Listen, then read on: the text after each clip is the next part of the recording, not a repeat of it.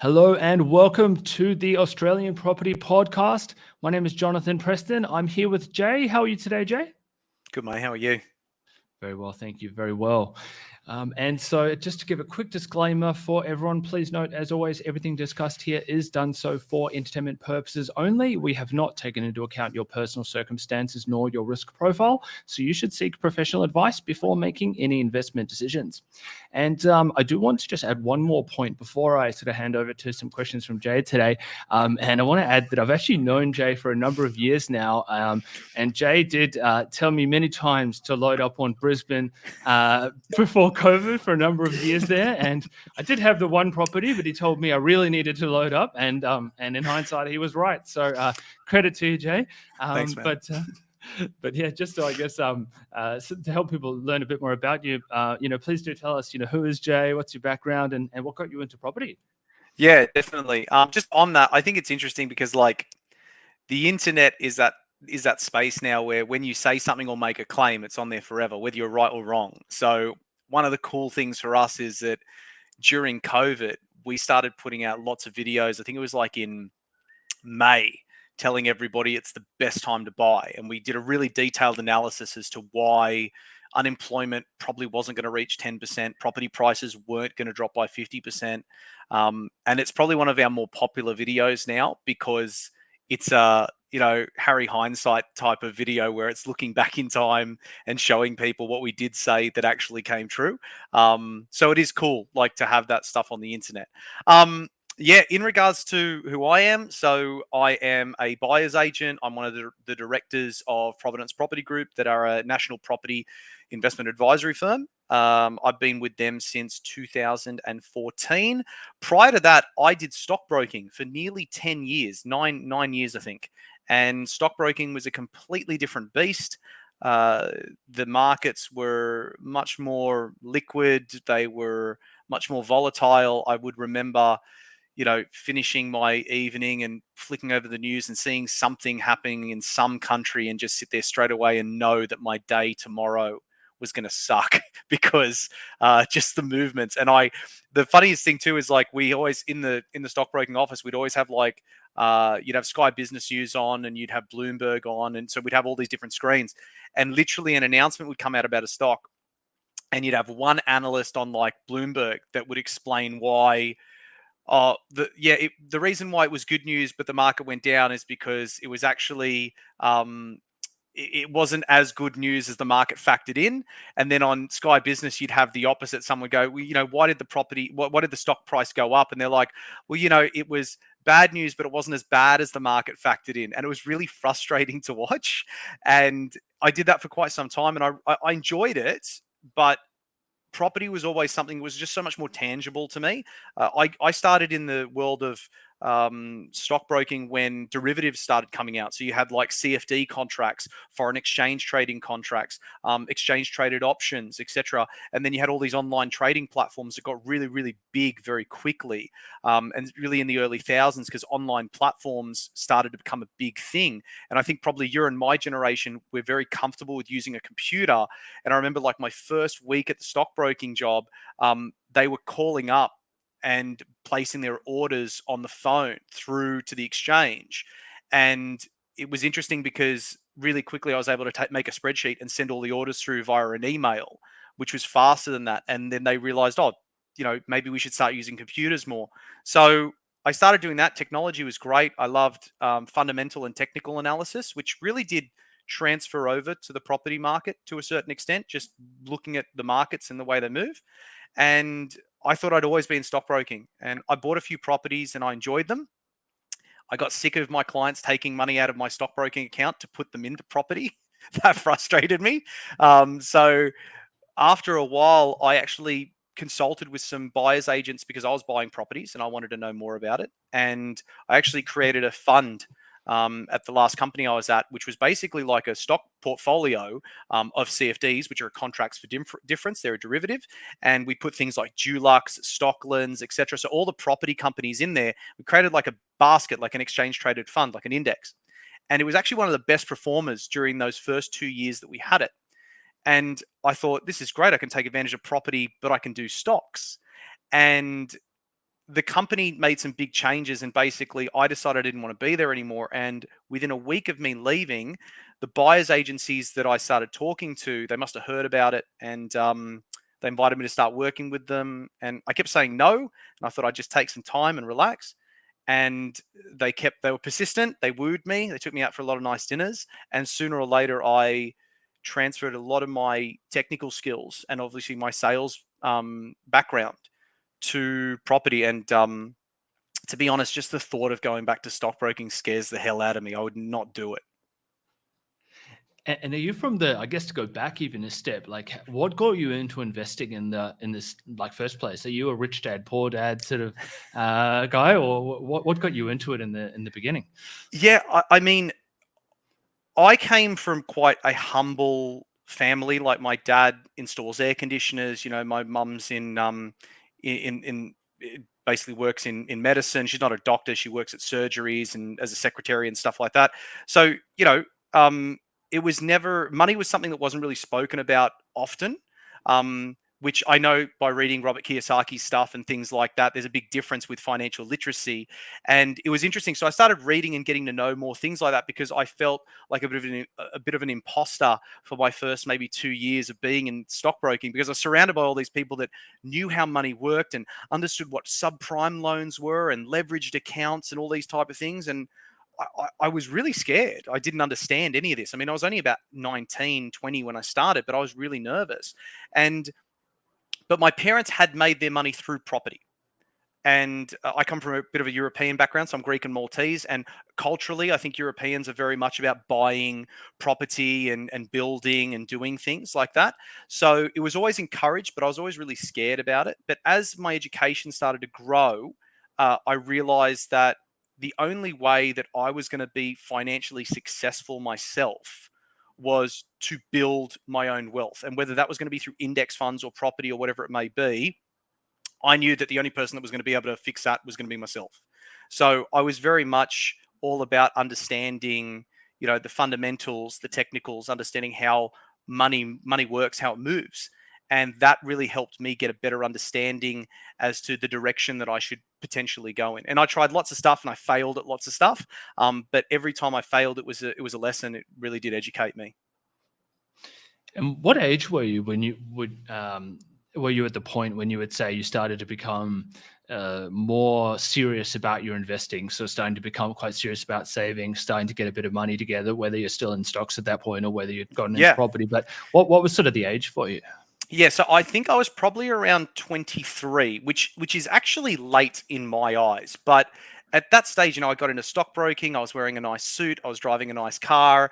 I had the whole image of it, which is as a young kid, as a young man as well. You know, it's all about testosterone. It's all about, you know, the image of what looks great. I think as you start to get a little bit older, you realize a lot of that's bullcrap, because I'd meet and see people, the richest people that I met. One of the clients that we had at one of the stockbroking clubs was one of the guys who owns Steggles Chicken, right? Mhm. And every time I met this guy, he was wearing like a rubber plastic Casio watch, shoes that I guarantee he bought from Payless or Lowe's. Like, he didn't look rich, but this guy was one of BRW's richest Australians.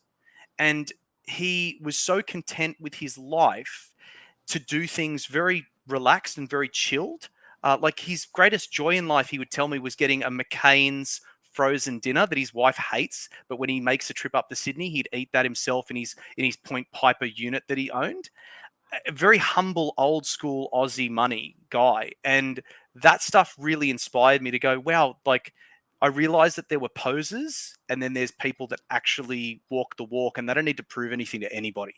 And I think that really inspired me at that age to go, okay, you need to create a plan here, and don't need to tell people. When you buy a car, you don't need to put it on Instagram or Facebook. You know, when you buy a house, you don't have to have a photo of yourself in front of it. When you're going to the airport and you're flying coach, you don't have to check in the business lounge or first class, even though you're not actually there, to pretend that you're something that you're not.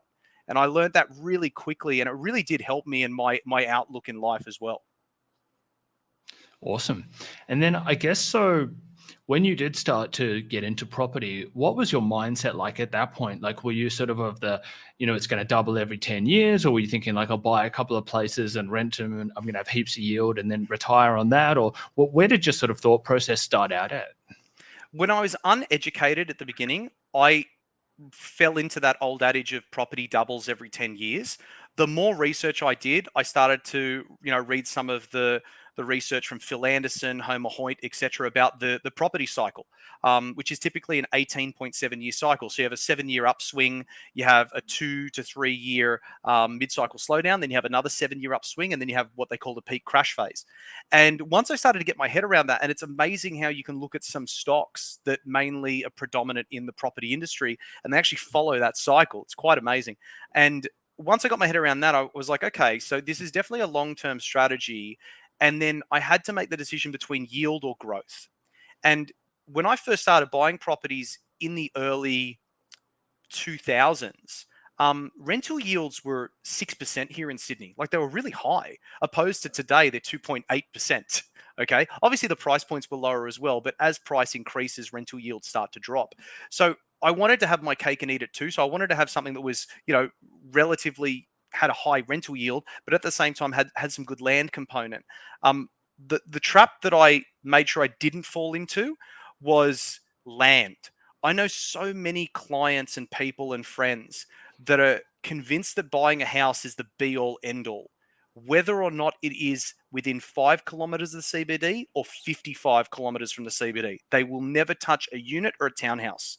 And I think that's a bit crazy, because a unit in Balmain, a Victorian era style 2-bedroom unit that's less than 80 square meters and has no elevator, if you look at the performance of that unit versus, let's say, a house in Parramatta, which is still not that far away, the unit performance has been significantly better.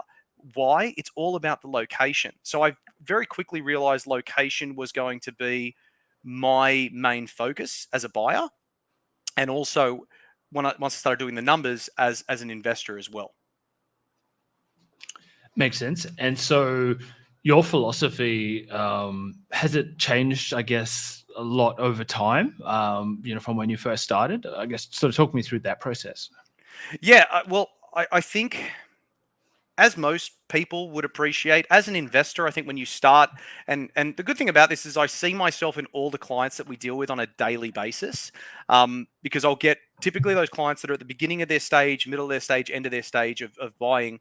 They all follow a similar pattern. So at the beginning of the stage, I was very green to everything. And I always did this thing where I was like, I want to spend less money and be really conservative. What I've grown to realize over the years as an investor that's bought several properties, and obviously many properties for clients, is that you can actually be so conservative that you become ultra risky. And I'll give you an example of that. I'll get a client that will say, even though the median dwelling value across Australia is about $800,000, so that's unit, houses, townhouses combined, Jay, I want to spend 500 grand. I'm like, okay, fine. We can still do that. 500K can get you something, but I want a house. And I'm like, okay, so we're going to be about 50 kilometers from the CBD. So the location we're going to be sacrificing. And they're like, I'm trying to be conservative. And I'm like, but what you're doing is you're buying in areas that historically don't have very good performance or don't have a historical performance at all. But you're telling me that's being conservative, where on paper, that's actually being ultra aggressive. Because I would akin that to, from my stockbroking days, as buying a speculative stock, as buying a startup company, or buying a stock that is on the Newcastle Stock Exchange. So whenever a stock's not large enough to list on the ASX, they list it on the NSX. And if it gets good enough, they might transfer it over to the ASX. So when people are buying these penny stocks, I feel like it's very similar when they're buying these penny properties. The problem that I've seen recently is, because of COVID-19, we had a very big migration of people moving from the inner cities locally to the outer greater regional suburbs.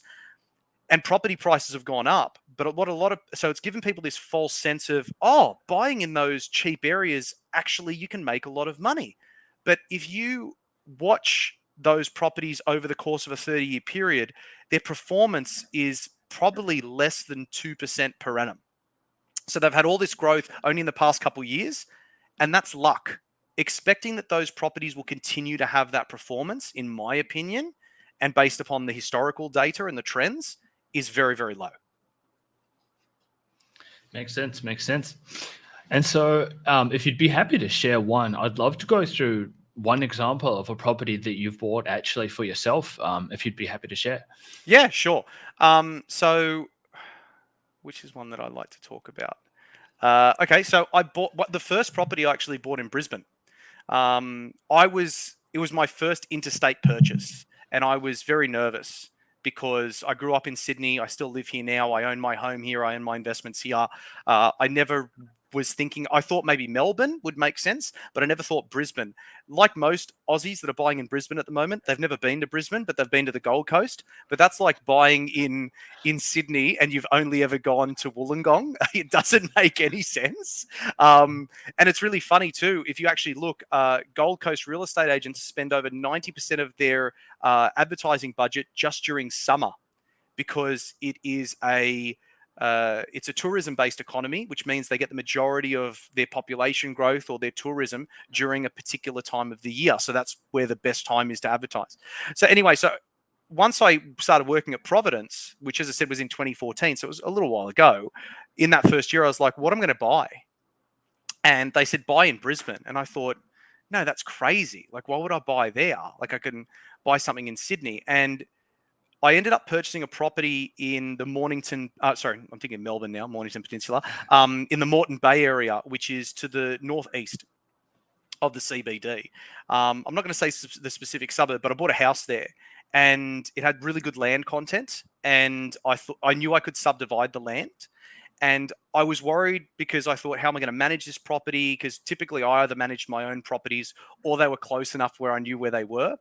But a very important lesson that I learned is, if you've got superannuation as an example, Jonathan, which I'm assuming you do, do you know what the best performer in your superannuation is? What stock? No. Okay. Most people don't. Most Aussies don't. Let's assume, we'll just give you an example. Let's say it's Telstra. Okay. Do you know where Telstra's head office is? Probably in the city, but no idea really. Okay. Do you care though, in regards to how your stock is performing, where the actual company's bricks and mortar address is? No, it doesn't matter to me. So once I grasped that concept, I'm like, well, then it doesn't matter where the property is. As long as I've got a rental manager who is good and managing the property, I'm okay. So I purchased this property. The land value in the past, I'm going to say 4 years now. So for the first couple of years, I held it, really didn't do much. Rental yield was very attractive, so it was washing its own face, especially with the record low interest rates that we had. So it was doing really well.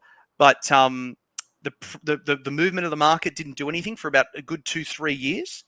And then I started seeing it incrementally move. And okay, I guess that's going to be the pace of it. That's fine. You know, it's not bad, but it wasn't doing anything like my Sydney properties. And then in the past about 3 years, it's had a rocket strap to it. And the performance has just been unbelievable. And I think, again, it's where you purchase. So the location made a lot of sense. The LGA was a good LGA. I knew I could subdivide the lot if I wanted to. It's giving me options. I can either subdivide it, I can knock it down, I can just build a property at the back and leave the one at the front if I want to. Like, there's quite a few different options that I have for it now. So being able to force that value onto that asset and having land component really did make sense. But at the same time, and without going into too much detail, some of the units that I've purchased that have been closer to the CBD that have zero land value have actually performed better than that property as well. So it just, again, all depends on location, and it depends on your mixture of yield versus capital growth. And just to ask a question on that, so do you still self-manage any of your properties, or have you handed them all off to managers now? Yeah, and I tell all my clients this. I mean, again, at the very early days of my property buying kind of journey, I wanted to manage it by myself and I think it's quite natural. I think a lot of people want to be in control of what they're doing, but when you start to have issues with tenants, and I'm not talking about anything big, I'm talking about there's a light bulb that's not working. There's a faucet or a tap that's leaking, or that's not screwed in properly. Especially if you're a nice person, and I think I'm a nice guy. They start to take advantage of that because they're like, they've got you on speed dial. So they call you, Jay, just want to let you know that this knob is loose. It's like, okay, I'll get someone to fix it. and they start calling you. That's not what I want. I want someone to shield me from that discussion. And it actually became awkward because with one of those properties, I wanted to sell it. And I knew the owners, and I'd managed this property well back in the day, but I'd passed it on to somebody, and they had my number. And the wife called me up and said, Jay, we really like it here. We don't want you to sell it. We don't have the money to buy it. Do you mind giving us a couple more months?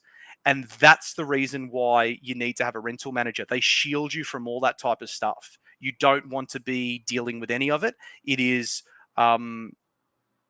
it's not worth your hours in the day, if you just talk it out from a dollar perspective, to manage your own properties as well. If you're retired, maybe it's all right. But also you need to know legislation, stuff like that. The moratoriums that came over in Victoria and Melbourne during COVID-19, man, I mean, they came out and they said during that time, landlords and tenants are going to have to negotiate with each other about how much the landlord is willing to take and how much the tenant's willing to pay you.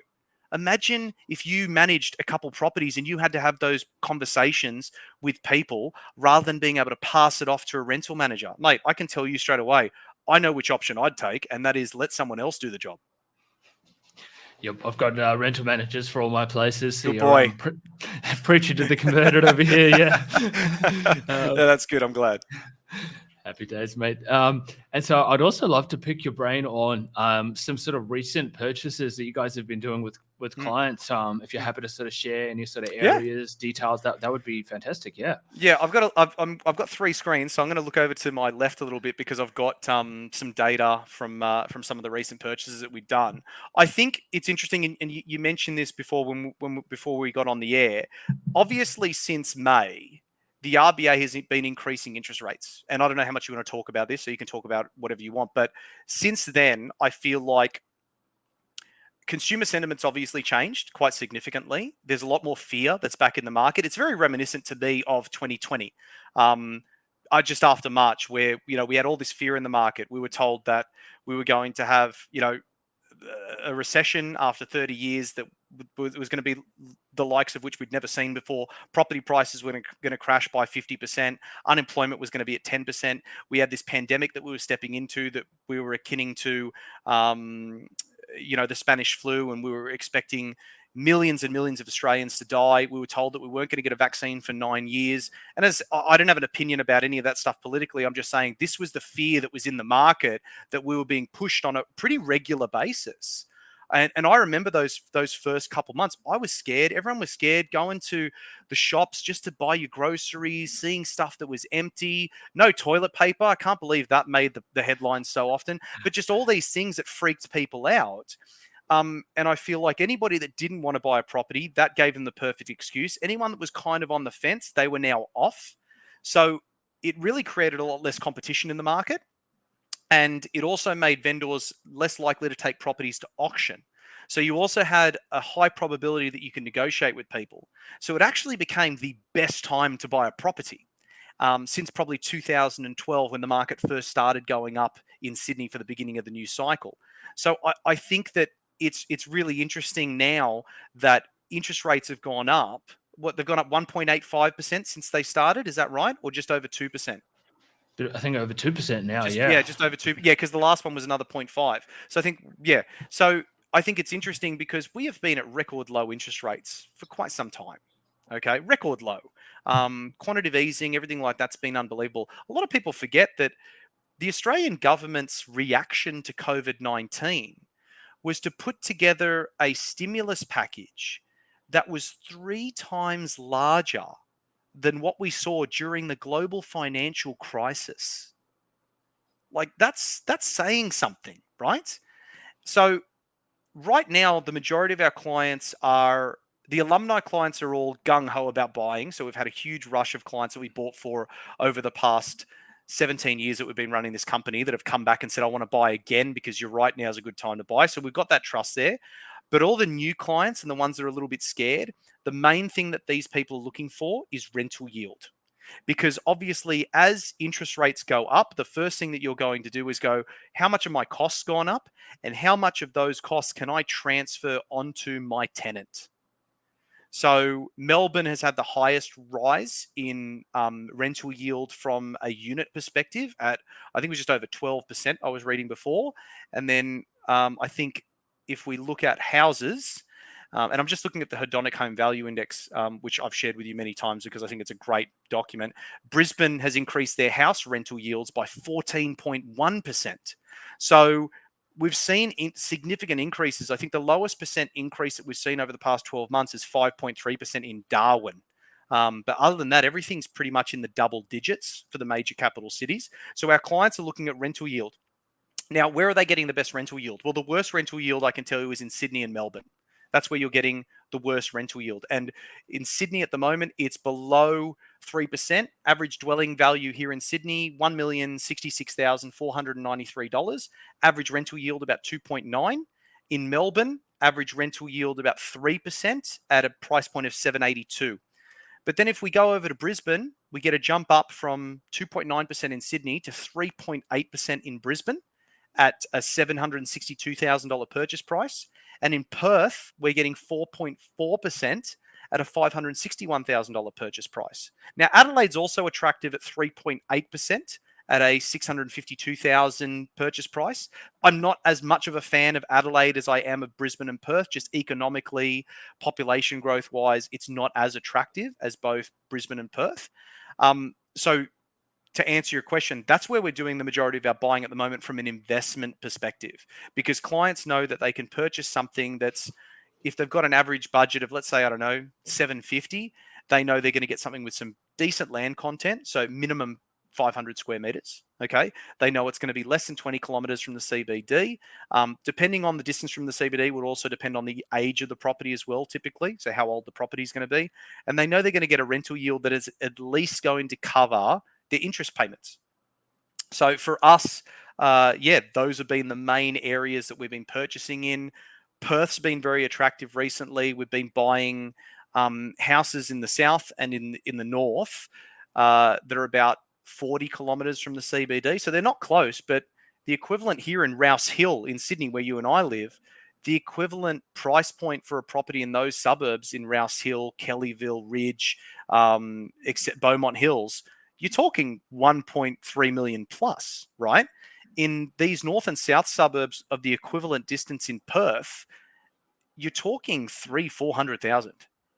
And you're talking about a rental yield of 6+%.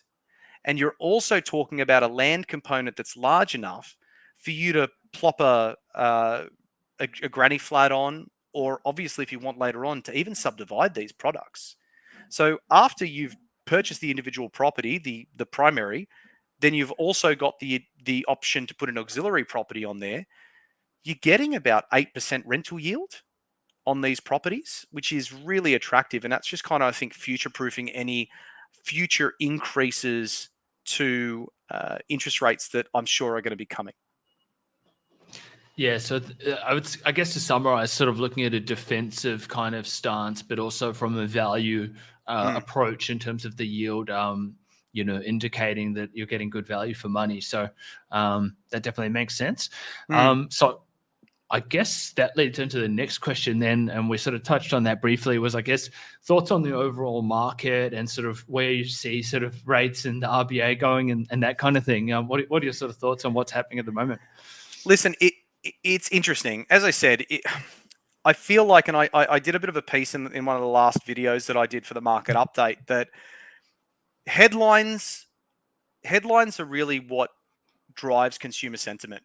Okay, it really is. There's no doubt at the end of the day, because the average Australian doesn't have enough understanding of GDP, of how the economy is actually performing, how inflation is going to affect them directly. Most Aussies don't understand that, and that's normal. Okay, unless you do it for a living, why would you understand? Unless you're an economist.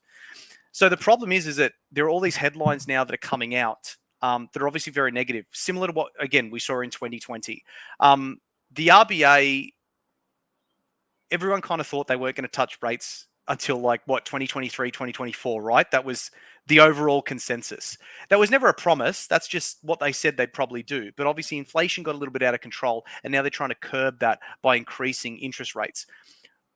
I was surprised when they did 3 or was it 4 consecutive 0.5% raises in a row? Was it 4 or was it 3?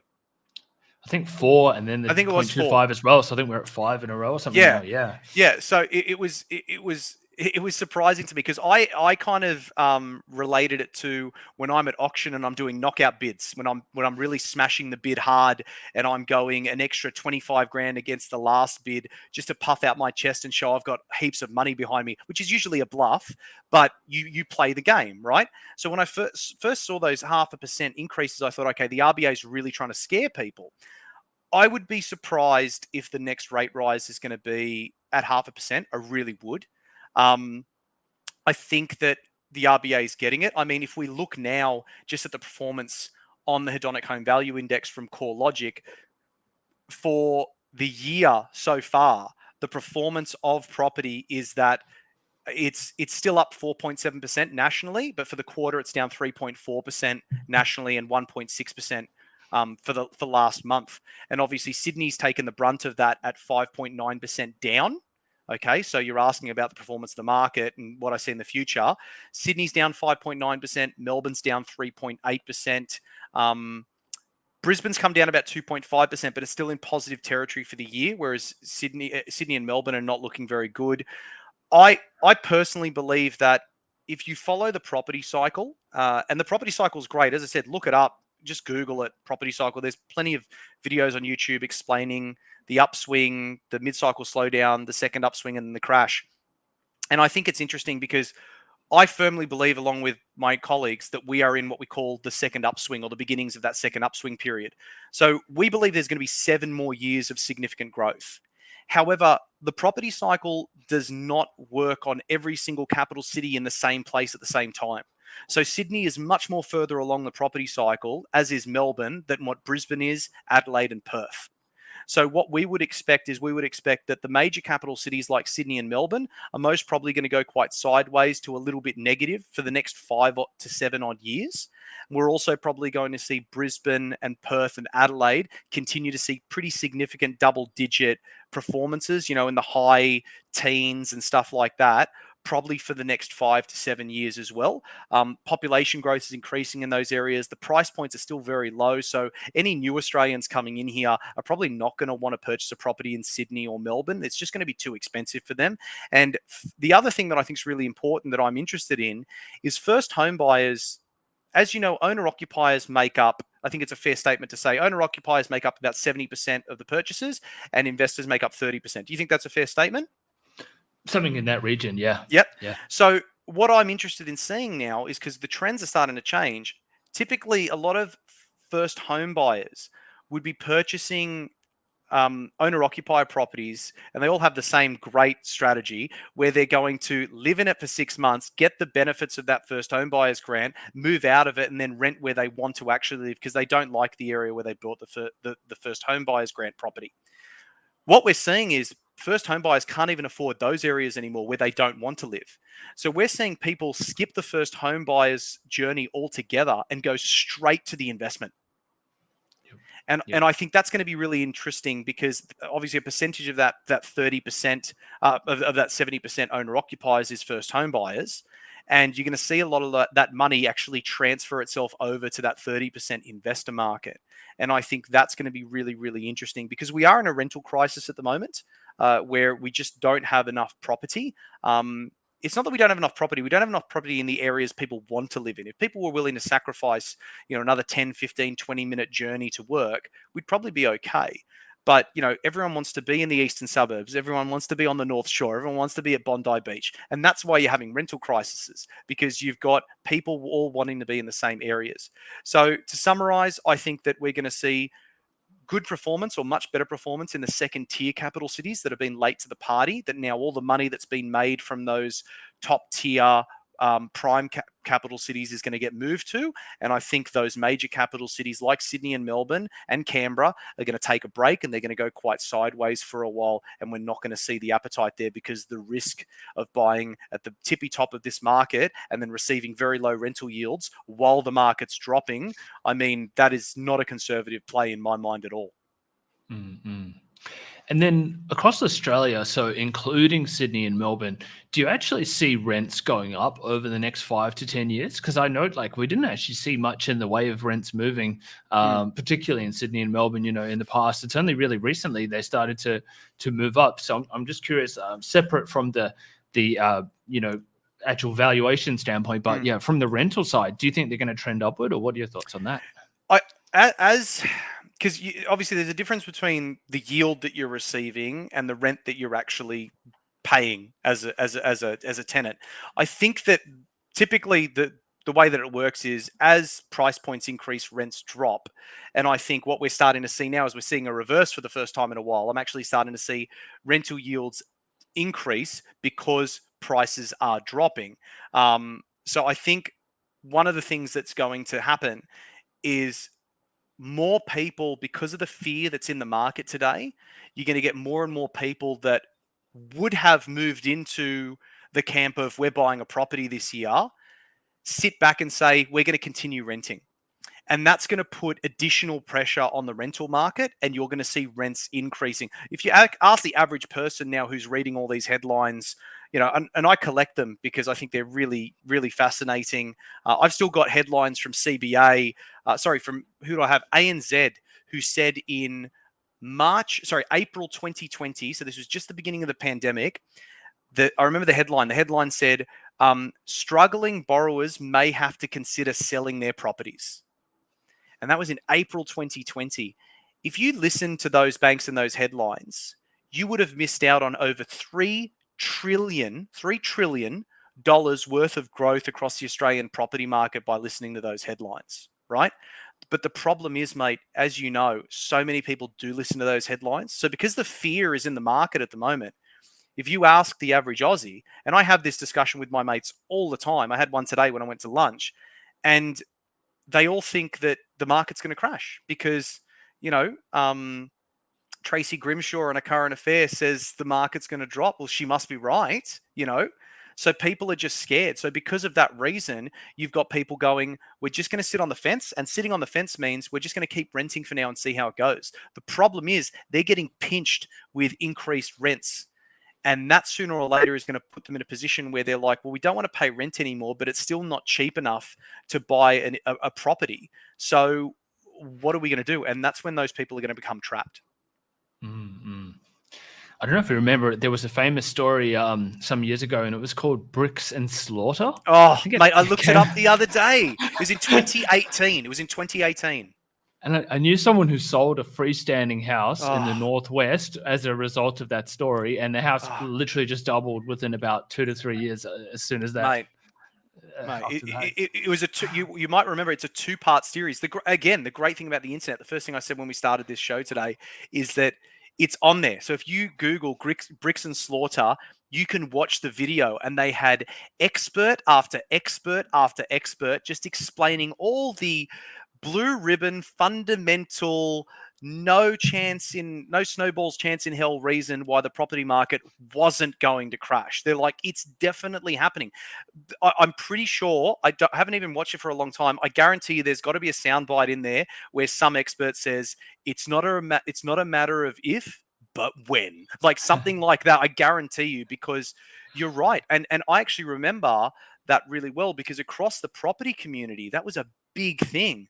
Some of the top podcasts, some of the top development companies actually sent emails out to all their subscribers, all their clients, kind of talking about this Bricks and Slaughter thing.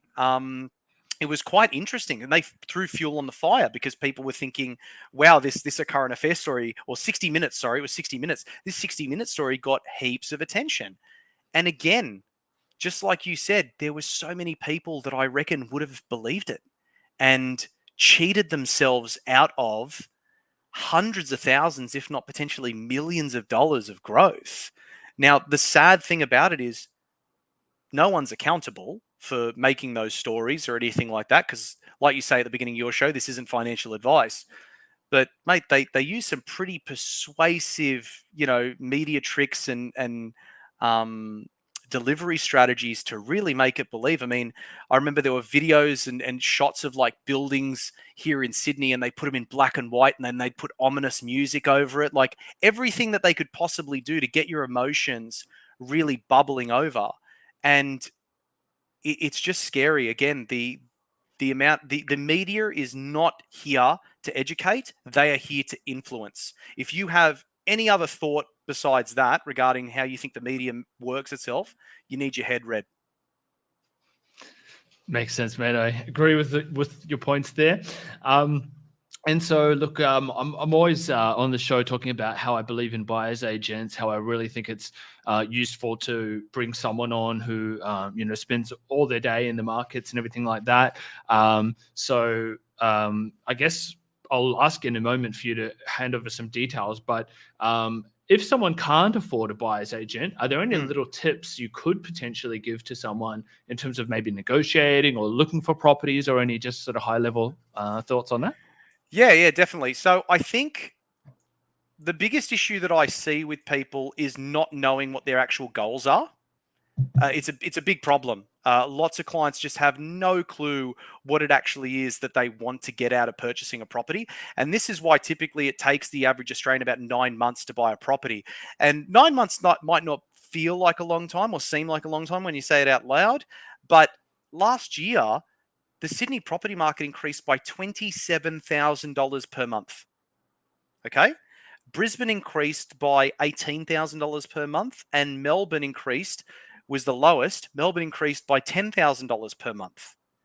So at the very least in Melbourne, that's 90 grand that it cost you in time to buy that property. Okay.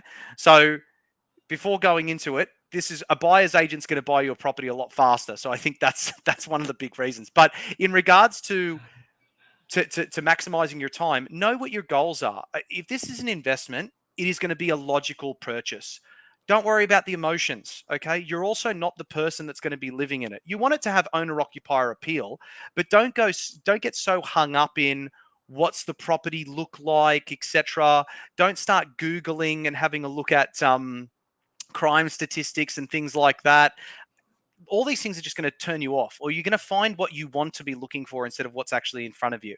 So I think knowing your goal is really important. Is it rental yield? Is it depreciation? Is it capital growth? Are you going to force value onto it? Is it going to be cosmetic? Is it going to be structural? What's the budget? Have you ever done anything like this before? Knowing your goal is really important.